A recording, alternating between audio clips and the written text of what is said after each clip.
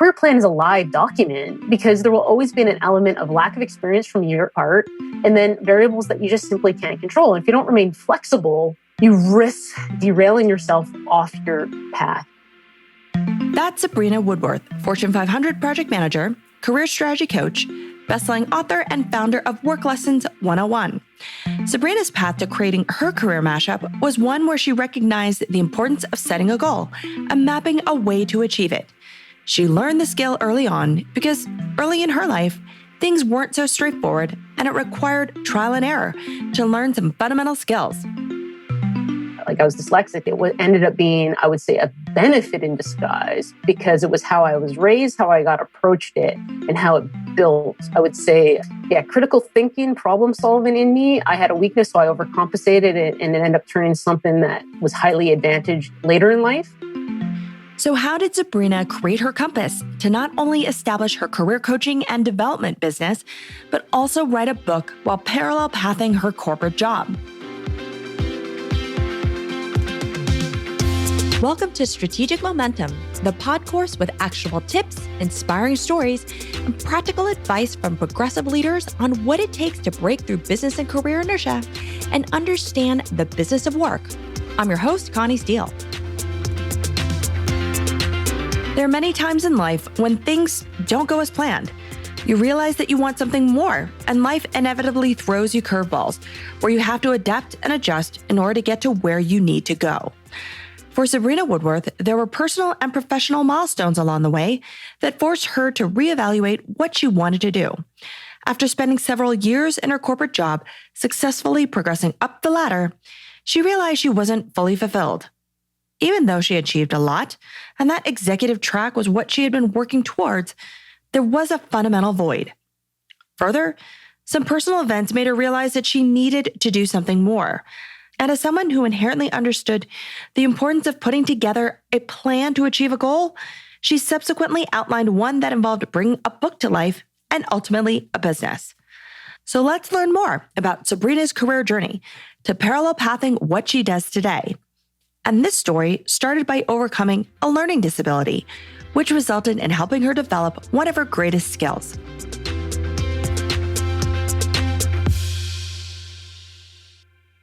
So many times the milestone or the most proudest moments of my career have come through reflection and kind of understanding when that happened, where it ended up and driving me into the direction. So I'm an engineer by education and I work in the engineering construction industry in the corporate 500 world. So that's kind of where I live and breathe. I'm a project manager now, but that journey actually started way back when I was 6 years old, when I first got diagnosed with dyslexia.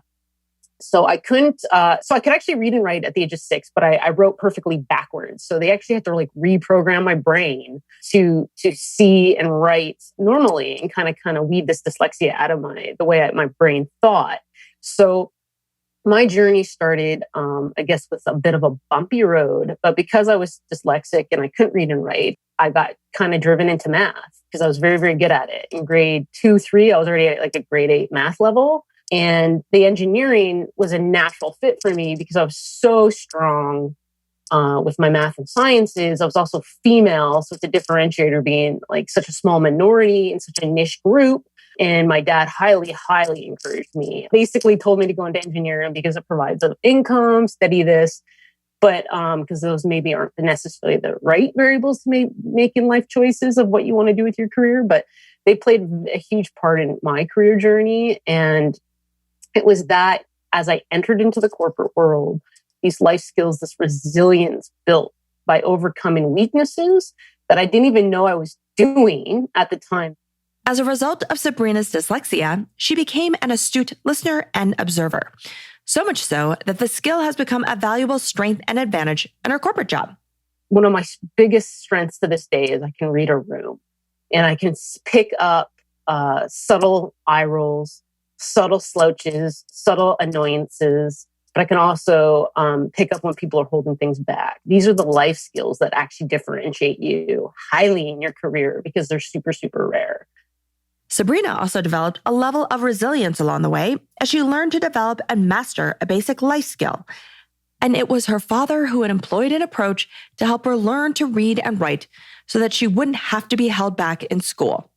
He pulled me out of school for a while to teach me himself because he was unemployed at the time. So he could really give me that one-on-one. And my father is a little old school in some ways and didn't take this hand-holding approach with me. He took a very military approach with me. You pick the story on Monday. I read it into a tape recorder. You underline every word you don't know. I spell that word twice. The tapes ended up being about 2 hours long. You listen to those as many times as you want. By Friday, you better read that story without missing a bloody word. And by Friday, if I couldn't read my little story for the week of school, I missed my hockey on the weekend. So there was a consequence to my slacking.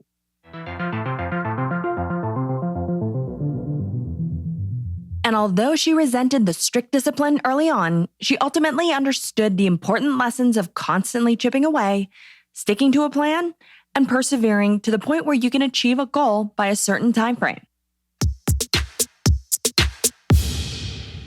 Because it taught me how to really dive into a weakness and develop it and how much work it was. It set me on a foundation, the right foundation for me at least, into the work environment that has no instructions manual, that has no safety net for a lot of people either. Like if you kind of get laid off or kicked out the door, you're kind of on your own. Like you don't necessarily have a rich family to protect you. You don't have a lot of these things. And a lot of this resilience that gets built into you can also create these variables, these risk profiles of who you are as a person, what you're willing to take on, and they can really interfere. And if you go almost like ignorant, it's not self-aware to these, they can almost cripple you. Maybe not at the beginning of your career when you're a clean slate and you have nothing but time and nothing but like kind of the sky's the limit because you might not even know what you don't know at that point. But as you start to get into the levels that I'm at now, like I'm 15 years in my career, that road does narrow naturally and forcefully. It just narrows. You will not have as many opportunities potentially as you progress through your career. So this is where some strategy and some idea of where you want to go and planning kind of comes in. What I take away is that because the dyslexia that you had when you were young and that you had to overcome these struggles, it forced you to think differently and approach things differently because it wasn't that linear sequential path to growth and progression that we all know in school. It required you to almost shift from this very academic, concrete way of learning a subject or discipline to leveraging other senses and valuable skills that we all know is incredibly important in the workplace now. But you had to develop that early. And so you are somewhat trying to parallel path ultimately and trying to be fluid between these different sort of states of, building these important life skills, EQ, self-awareness, which you knew were inextricably tied to your ability to build these harder skills that people were more easily able to probably identify with because they know what a hard skill is. They know what a grade is. They know that that's binary. So it's just fascinating that because of the dyslexia that you had, it actually sounds like to some degree a benefit because it's taught you a fundamentally different way of looking at how to approach a problem or solve a solution or develop a solution and address these goals and objectives that you may have that have benefited you in the workforce. It is. And again, that's why I come back to the milestones. You just don't know they're happening at the moment they're happening. If you have a weakness, and I don't necessarily mean weakness in a negative way, but if you say you suffer from lack of confidence, a quick fix isn't going to get rid of that. If it's seeped into who you are as a person and it's got built over years, it's going to actually potentially take years to undo it or to put in proper coping mechanisms to eliminate it. This disadvantage, so to speak, that I had, you're right, it ended up being, I would say, a benefit in disguise because it was how I was raised, how I got approached it, and how it built, I would say, critical thinking, problem solving in me. I had a weakness, so I overcompensated it, and it ended up turning something that was highly advantaged later in life, like reading a room, picking up empathy in others, EQ, a lot of leadership qualities, but at the same time, a work ethic and a resilience, which I would even say are probably two larger variables that have played a role in my career to make me successful and happy. Coming from an immigrant family, pursuing a career that offered a steady income was a focus. So Sabrina ended up pursuing an education in engineering. Yet she had aspirations to be a lawyer and go into politics. However, an early experience changed her direction. I went into engineering because I was good at math, really black and white. That was the reason. And I never really enjoyed engineering during my degree, and that should have probably been a red flag at the time. I loved politics and about this ultimate inside of me to do what's right for people or to save the world, maybe a little young and naive there. But I ultimately wanted to go into politics. So I had this whole plan about engineers make the best lawyers. So that's why I kind of convinced myself to do engineering.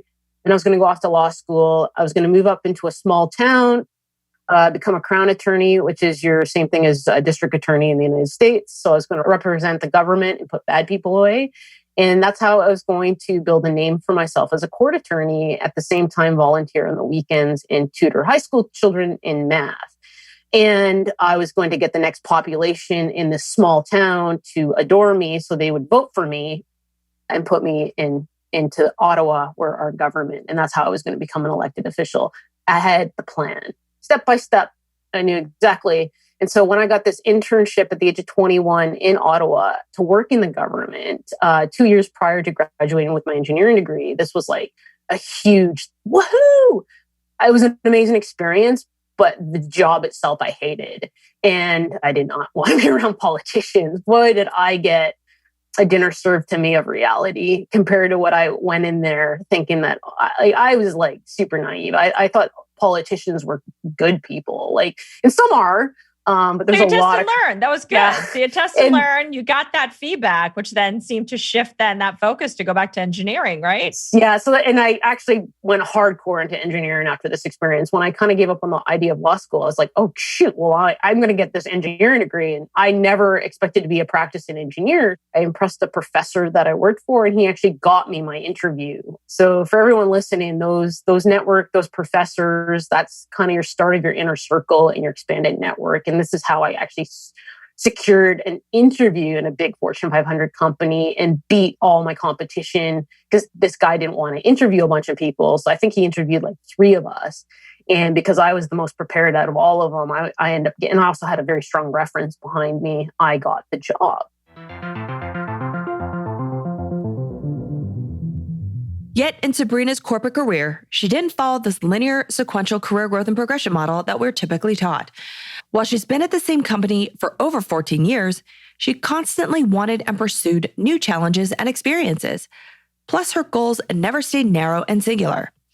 These broad experiences and unwritten rules she learned along the way ultimately became the basis for her other career, which she does in parallel with her existing corporate job. She founded her organization, Work Lessons 101, to assist, guide, and teach people the essential work lessons to empower success in their careers.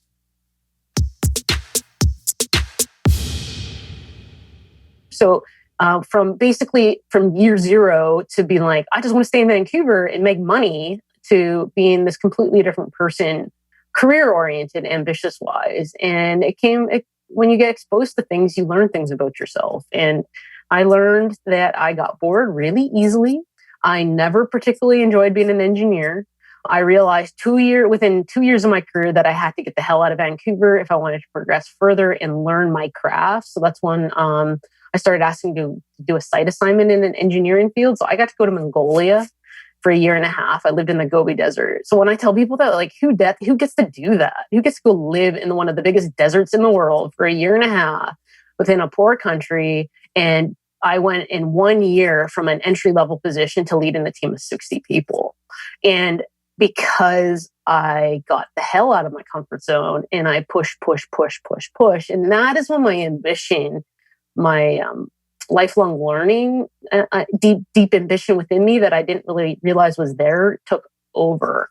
And that is when I came back and stopped being an engineer and moved into corporate business development. So I had to work in network to even get considered for that, because corporate business development in the corporate world usually always hires within the company. It's a different skill set. You're winning billion-dollar projects. You're in a completely different game when it comes to unwritten rules, corporate politics, corporate gossip. When you're an engineer working on a project, you're completely removed from that. So I went like quicksand into corporate 101, like what you do and you don't. So I had a crash course in that. And that's what taught me everything that led to Work Lessons 101. That I was around CEOs. I was around some of the most powerful men when it comes to money, status, title, how we win work, how the true corporate world works, how a network plays like the biggest variable in almost all of that, professional credibility, your reputation, how to build a sellable name, all these things that will make or break you if you want to go into like a super high level within the Fortune 500 world. Yeah, where you got the company cars, the company phones, the vacations, that like all the perks that go in with these positions, that you're also working 80-hour weeks. So I was doing the 80-hour weeks for about 3 years there. And that's when this is what I always thought I wanted. And a lot of times it's not what you assume initially. You have a goal and you assume that's what it is. But I think it's quite common where when you have that opportunity to get there, it's not what you picture. So then was that, in light of that, was that the impetus to start Work Lessons 101? Being in a big company, there was always these options to move departments. So that's why I've always stayed with the same company. So technically I've moved positions 4 times, but under the same umbrella of the company. I even moved business lines to secure opportunities for myself. So May of 2017, it was just before my 35th birthday. There was this small little nudge in me, like this, I would say this small little void. And it was just a little seedling at the time. But again, this is where self-awareness can help save you time. And I didn't really understand where it was. And so I always do a reflection exercise when I get these little doubts inside me. And so what I did is I picked up my old resumes, my old career journals that I wrote very early in my career. And I learned that I accurately recorded about 6 years of my first 6 years of my career. And I realized at that point how far I had come. And it didn't even matter at this point because I was kind of like, I just wasn't feeling fulfilled or passionate about what I was doing anymore. And I thought, oh, maybe it's because my birthday. And I rationalized all these doubts. And so eventually I did this reflection exercise and found out through it that I accomplished so much. But at the same time, I didn't want to be reading these journals again in 10 years doing what I'm doing. And that was the feeling I got. So I was thinking, what the hell can I do right now? Like, what do I know what to do? After 10, 11 years into this industry, am I even capable of moving out of this industry? And then I realized I didn't really want to work for anyone else. I didn't really want to just go to another corporation because at the same time, the things that I don't like about the corporate world are going to be present in any corporation to some level.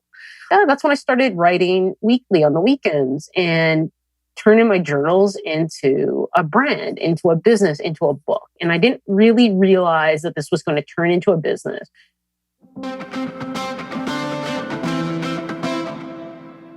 But another critical catalyst that led Sabrina to creating Work Lessons 101 were some personal events that happened suddenly and shifted her perspective on what was most important in life.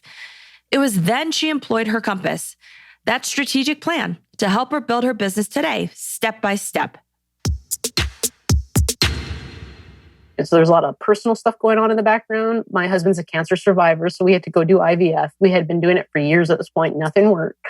And then so I went and did my IVF in Vancouver. I took some time off from my career to go do it. I ended up with 1 embryo in the end. And then right after being told I had an embryo and that I could go in next month for implantation, my husband's health crashed. His liver started failing and we were in emergency. This all happened within hours. And so a really traumatic event. At the same time, I was offered just the week prior to this, a promotion to go to Manila and run a large department team that would have secured me the executive track. And this is what, for 11 years that I had been working on. In the background, I've been slowly writing this book, this kind of career change potentially that wasn't quite there. I was just trying to water this seed to get rid of it, not to let it grow. they get rid of this numbness in me. And then at the same time, my husband fell ill, and he was like tubes, blood. They had no idea what was wrong with him. He's a cancer survivor, so obviously my head went there. I had just been offered this, so it all came like crashing in on me. And I would say I broke down, but I was kind of like, I'm living in a different city. I moved from Vancouver. I was in the corporate headquarters at this point. So I had no family around me. I'm like not ready to be a widow at 35 years of age. We had finally had a chance to have a baby, and now I could lose my husband. It was very clear that I did not want the executive track at this point. When he got diagnosed with an severe autoimmune, and we felt like we won the lottery that day because it wasn't cancer. He wasn't going to die, at least not today. And so I was kind of like, let's get the hell out of corporate. Let's go back to Vancouver. So I didn't take a pay cut, but I stepped away from the executive track. So I tell people for 11 years, I worked towards that. And in 2 weeks, I turned it down and didn't regret a single thing of it because that numbness disappeared when I did it. And that's when Work Lessons 101 came in as, what can I do with this? And then when I got pregnant, I was just like, that's it. I'm going to use my maternity leave, which you get a year to a year and a half. So I took a year. I'm going to use my maternity leave to register a business, start building a business, a couple hours a day when my son naps. So this is what you can do with consistency over a year, just 2 hours a day. People are like, oh, I need 40 hours. No, you don't. You need a plan. You need to know what time you got to make that plan a reality and then live in reality. Do not think you're going to be a millionaire in a year with 2 hours a day. Unless you're exceptionally lucky, that's not going to happen. So you got to baby step it. And because at this point, I'm in my mid-30s. I got a husband with some health issues. I have a newborn son. Let's be realistic. And then also I want to spend time with my son so I did it when he napped, and I had to remain flexible because little infants don't nap the same time every day. So, and that's how it came up. That's how I started building my social media presence. I posted content every day. I had a 3-month plan or a 4-month plan to grow an audience and then move into the daily content I posted it and then move into engagement. So, and after a year, I had like a following of over 40,000. I had an email distribution list of 3,500 plus. And this was just little things I did every day. Oh, I hit 10,000 followers. All right, let's get engagement. Let's turn these leads into clients. At the same time, let's build an email distribution list. And then you start to do these pillars. You start with just one pillar, and then you have these 2 little pillars. Once this first pillar is established, that you can take take a back seat from it a bit. You're still working on it. But then you start to bring these in things simultaneously, just like a career. You need to start to build your professional credibility as you're building your reputation and your network, all at the same time. But it's too overwhelming to do all 3 at the same time. So you start with your professional credibility in your career, just like I started with building a name and a following. That's where I started because I didn't need money. So I could build Would they say that was the objective? So if we were to say, if you were to map out a compass, it's that compass because, as you had said, things change. They're fluid, yet you still need to map out those steps. So if you were to define, what those goals, objectives, strategies, and tactics are, how would you sort of map that out? Because what was great to hear from you is that it seems you had this framework, but you also knew it was being able to start small and tackle it and then continue to grow and expand. I knew I could never quit corporate and just do my business full time because I'm the only one that works in my family. I have a risk profile that needs security because it's not just about me anymore. If you're like 21 right out of university, and you can probably take on more risk than I could. At the time, I recognized that I wanted to be a business owner and help people. Like Work Lessons 101 is all about like helping people develop a career plan and just that's how for people listening, that's how Connie and I met on LinkedIn, was through this shared belief and, of helping people with their career development. And so strategically, first thing you need to know is who the heck you are.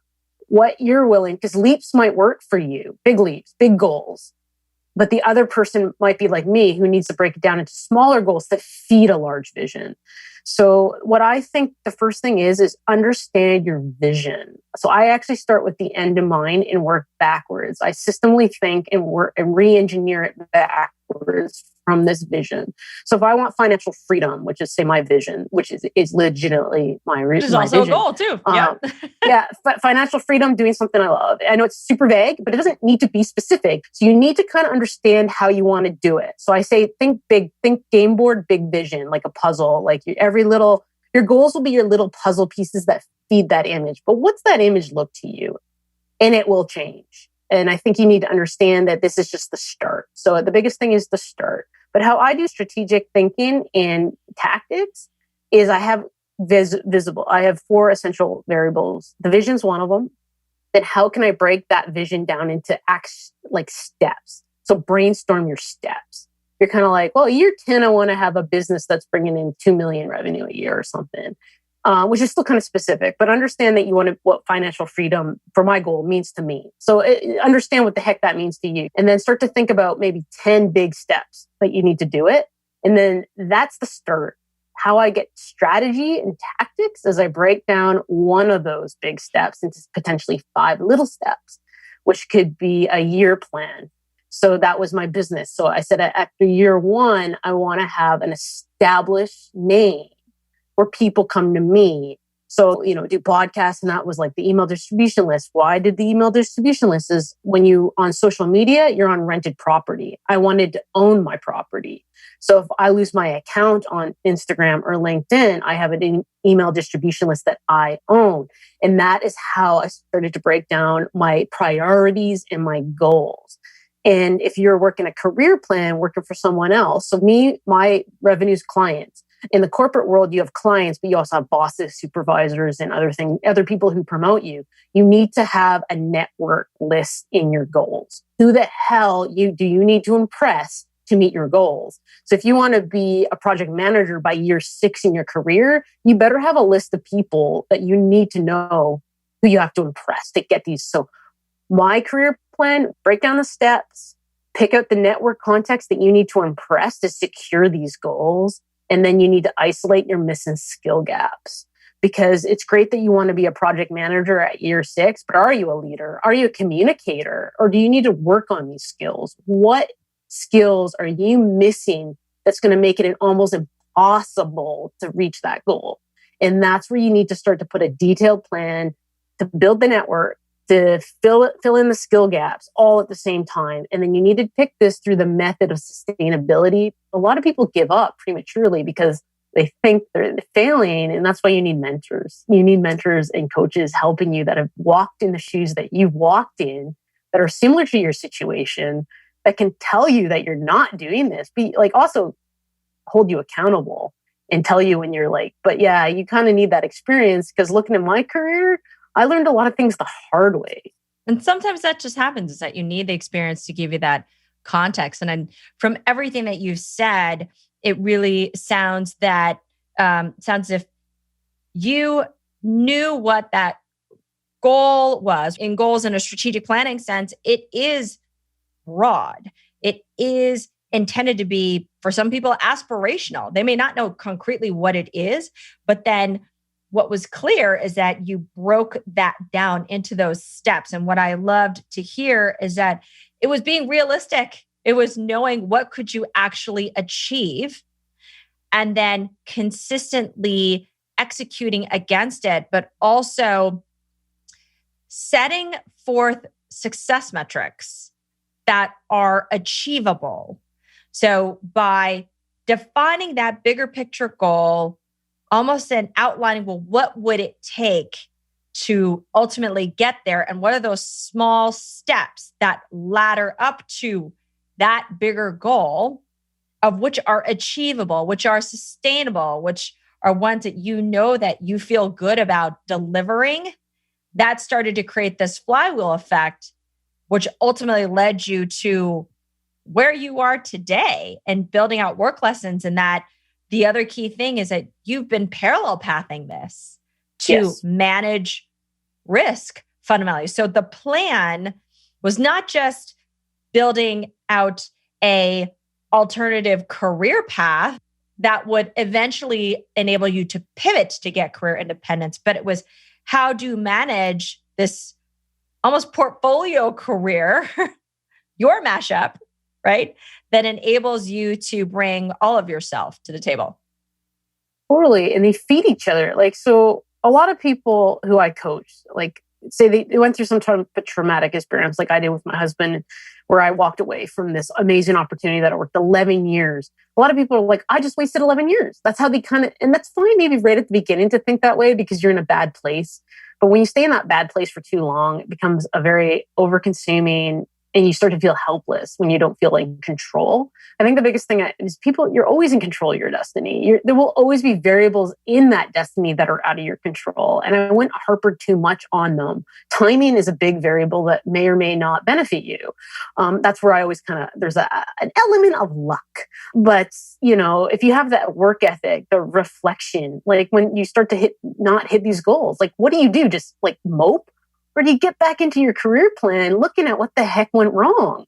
Because the formula is always moving. The variables in the formula, the equation are constantly changing. It is the career plan is a live document because there will always be an element of lack of experience from your part, and then variables that you just simply can't control. And if you don't remain flexible, you risk derailing yourself off your path.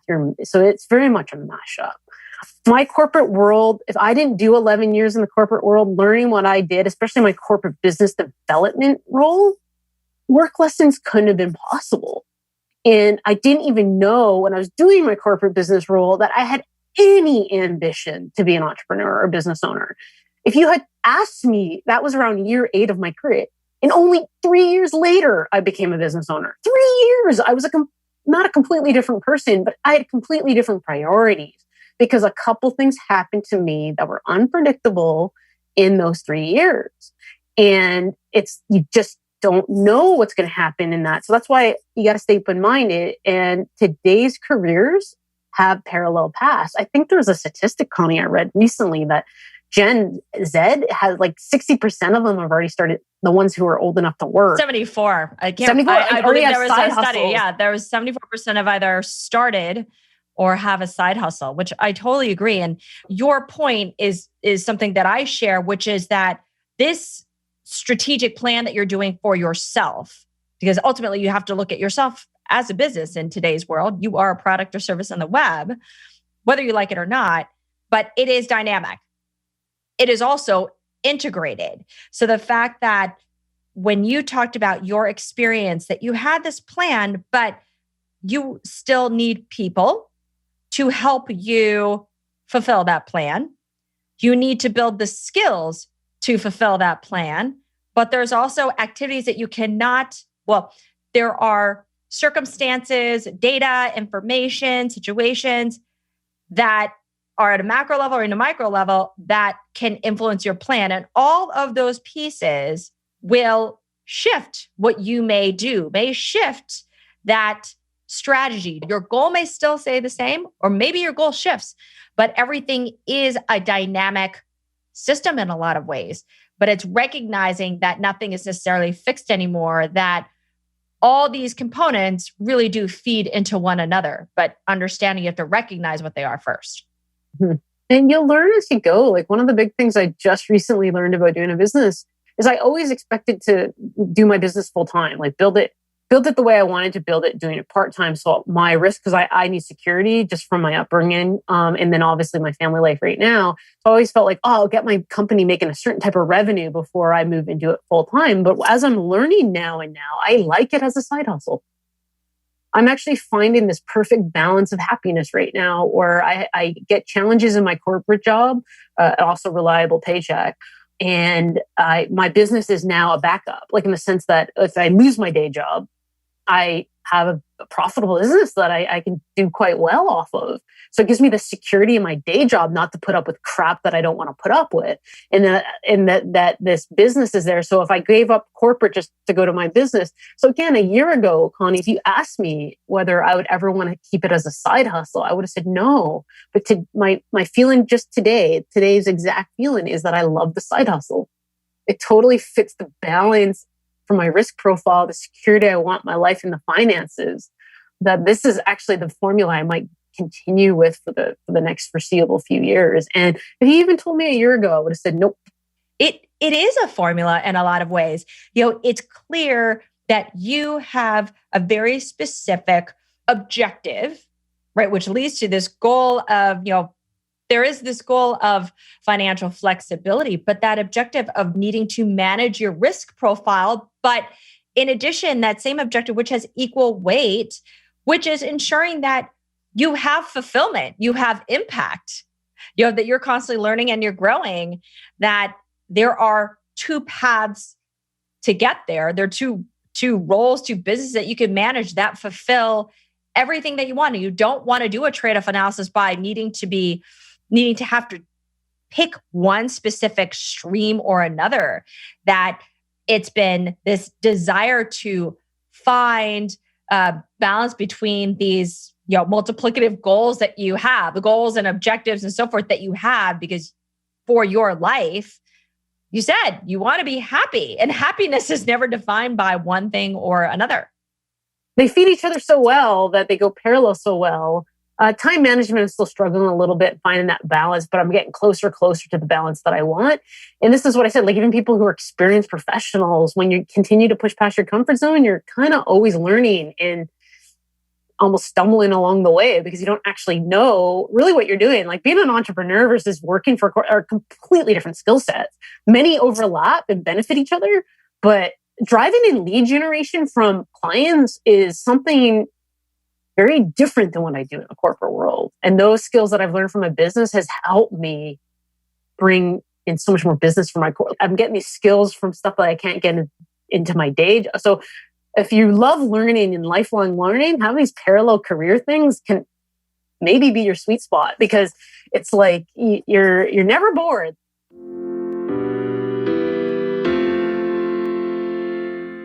Role fluidity, whether it's managing multiple projects, jobs, businesses, and in Sabrina's case, being a mom and the full-time breadwinner, is what this new world of work reflects. And the future of work doesn't imply selecting one role or another. It's about having both and treating new opportunities as an and situation. I'll be very honest, being a mom's not enough for me. So I'm very ambitious. I have cut back a lot, happily cut back from my son, no regrets, because I love being a mother more than I ever could have imagined. But I did learn that is, by itself is by no means enough for me. So for a lot of women and fathers, it's okay to say that.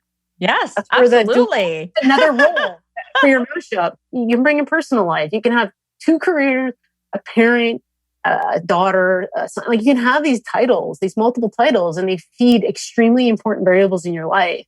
Because if they got removed, your happiness would be impacted. But one by itself just may not be enough. And it's not that you're being greedy or anything like that. That just might not be enough for you. And you need to recognize that, because if you don't, you might have regrets. Absolutely. So what advice do you have in helping people break through the inertia they might be feeling and be able to act on their passions, interests, or broader life goals to reach their full potential? It's funny how us humans overcompensate by other things. So you have a weakness in one area, it can actually highly develop and hone in on other skill sets. And this is truthful for everything in your career and everything in life, that a weakness isn't necessarily a weakness in every environment, in every situation. Even with a major strength, that can't save you. At some point in your life, you're going to have to develop those weaknesses and either turn them into strengths or level the playing field and up your skills level, that they're at least not holding you back anymore.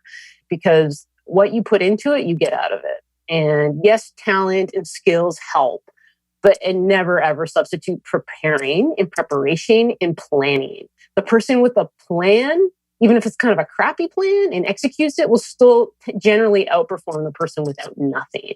And that is how I started my career journey. I've always kind of approached it in a sense of taking a bit as it goes, but to some degree knowing where I'm going. And I break it down into steps. I would start with just little easy, low-hanging fruit wins. And that might be research another career potentially that you like. Maybe ask yourself, what did I love doing as a kid? And do I still love doing it now? And start to create lists. I'm a list person because I will create all the things I love to do, all the things that I need, like financial security and these. And then what did I love as a kid? And I put these three lists beside each other and be like, is there anything that can connect the dots here? Is there anything And then I also list like my skill sets too, because skills are transferable. And this is totally something I imagine you talk about in your book, Connie, with the mashup, is that once you kind of have a bit of experience, it's so funny what funnels those can feed. So to close, what's the best work advice you've ever received? Failure is part of success. You need to leave that comfort zone. And so when you start to feel a little anxious, a little tense, a little sweaty, that is an indication that you're now moving into somewhere that you really don't feel terribly comfortable with. Don't allow imposter syndrome to take over in this. That doubt is natural and nothing to be worried about, and use it as a strength instead of a deterrent. Use that doubt to see something a little bit more clear, dig a little deeper in it, ask lots more questions, get mentors, seek help, I guess is a better way to say it if you need it, and be humble and courageous enough to seek help when needed. But that failure, those stumbles, they feed your career more than any easy success ever will. And an easy success, you don't learn much because you don't create that mindset around it to really analyze what worked in it. And with stumbles and bumps along the road, if you can train yourself to question and train yourself to really dig deep into those stumbles. And finally, what's the best way listeners can connect with you? So I'm pretty consistently on all platforms under Work Lessons 101. So Instagram and LinkedIn are my big platforms. So my handle on LinkedIn's Work Lessons 101. And then, of course, LinkedIn, I'm actually under my name, Sabrina Woodworth. But my website is worklessons101.com. And my career services and career coaching are all on there, along with some of the blogs I write, guys. But it also has all my social media platforms and my email if you need to reach out and ask questions. So I do a weekly Q&A show. So if you have some career questions that you need to be addressed, that's where you can get a hold of me. Well, thank you so much for being on the show today and sharing not only your story, but really providing that perspective of what it takes to build that strategic plan that ultimately helps you find the balance that you're looking for in your life so that you can fulfill or find that fulfillment and create that mashup that really reflects you. Thank you so much, Connie, for having me. Many can relate to Sabrina's story of feeling a void after some period of time in their careers and needing something more. And in today's new world of work, oftentimes that road to fulfillment involves having multiple career paths that we operate in parallel. So as you begin your journey to create your own career mashup, remember the importance of developing your compass, that strategic plan, to help you get to where you want to go. And as Sabrina said, you need to know what time you've got to make that plan a reality, then live in that reality. And also realize it's a living and breathing document. Because as your life evolves and you gain experiences, skills, and meet new people along your journey, your plan will inevitably change. Thanks for listening to Strategic Momentum. To connect with Sabrina, you can find her on LinkedIn at Sabrina Woodworth, or you can check her out at worklessons101.com. To understand more about the future of work, what it means for careers, and most importantly, what to do about it to create your unique career mashup like Sabrina's, go to bizofyou.co to learn more about my new book, Building the Business of You. In the book, you'll learn how to employ a dynamic strategic planning process to help you be the CEO of you, while also discovering the compelling stories of other career mashuppers that will inspire you towards action. The book is available on Amazon and Barnes & Noble. If you've liked what you heard on the podcast, please follow the show and share this episode with friends and colleagues. And of course, we always appreciate ratings and reviews. You can also get show notes, links, and more tips and advice from this episode at strategicmomentum.co. I'm Connie Steele, and you've been listening to the Strategic Momentum Podcast.